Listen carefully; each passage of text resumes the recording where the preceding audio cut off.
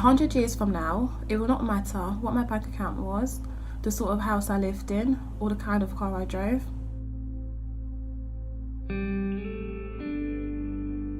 But the world may be different because I was important in the life of a child.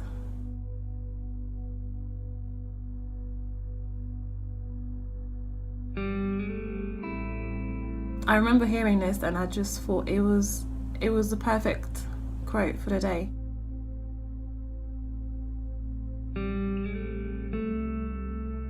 It was a perfect timing for me because it was so relevant to what we were doing, and I just needed to hear that there and then.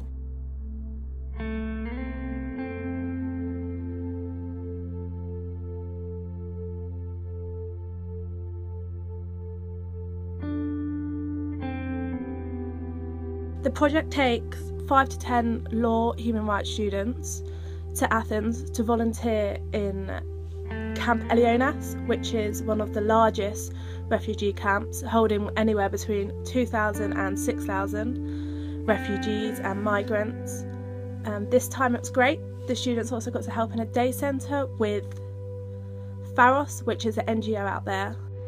Gemma, Yeah. Christian, Neymar and me are heading into the camp now. It's just that way. On a typical day, we usually would have already sorted where everyone was going the night before. So in the morning we would wake up, split into the 2 separate groups, and one group would head to Athens Refugee camp, whilst the other group headed off to the Pharos Centre, Women and Children Centre. Volunteering in the camp involves a lot of different things. So there's clothes distribution, then there's different sports you can get involved with. Volleyball, basketball, little children's play area. Whereas in Paris it was more of a children's centre, so we just kept an eye on the kids, play with the kids, whereas the mums were talking with each other. It was a place for them to escape and have a chat with each other. I this time helped teach English to children and adults, which was really interesting and quite hard. My favourite moment on the trip was teaching a child that LMNOP was actually 5 letters and not 1. This was actually during an English lesson that I was running with Neymar. I was teaching a child who was about 9 years old. He was happy enough to sing it with me. You know, A, B, C, D, E, F, G, H, I, J, K, and M, N, O, P, Q, R, S, T, U, V, and so on. And I realised that every time he got to L, he would say it as 1 letter. So then I said to him, no, it's L, M, N, O, P. He got frustrated with himself. I could tell that he lost confidence. But I didn't want to give up, so I kept going back and forth with him. In the end, we finally got through it with him, and it was very satisfying. It was my favourite moment because I realised that I've taught him such a little basic thing, but it's necessary for life. And that's when I realised how lucky I've been. I've been lucky enough to, have basic education free from any discrimination in the UK, and it's crazy to think that some people out there don't have this.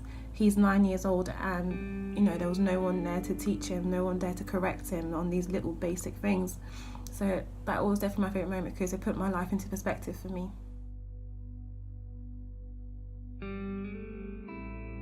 When we first went, they were trying to set up a centre for the unaccompanied boys. There's a lot of them, I think around 1,200. Unaccompanied minors are teenagers or, children under the age of 18, I'd say, who have travelled by themselves, and this could be because they've lost their parents throughout the journey, or their parents have been arrested, or the parents just didn't make it from the home country to the host country. It was really sad because I remember speaking to one man. He was from Syria, and then he was telling us how his father had been killed by ISIS, but it was just how casual he was about it. But it was just really sad, different stories and as to why they're at the camp. These children tend to have to fend for themselves, and we heard from the director of Pharos that some of them are actually prostituting themselves to make money. Whilst I was at the community centre at Pharos, I witnessed probably about a 16-year-old boy He was really like enthusiastic, and you could tell he really wanted to read. So he was questioning how to read the Harry Potter book. So Stephen had shown him on his phone how to download the book onto his phone, and then whilst he was looking, he saw in his history that he had been searching how to sell himself, basically. Would it be working?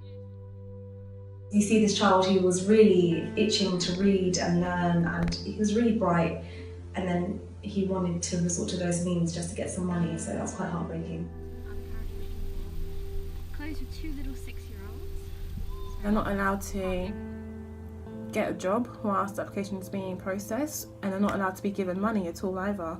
So it's crazy to think that the only thing like they can do, or the only thing that they think they can do, is prostitute themselves. That really hurt me because I actually have younger brothers.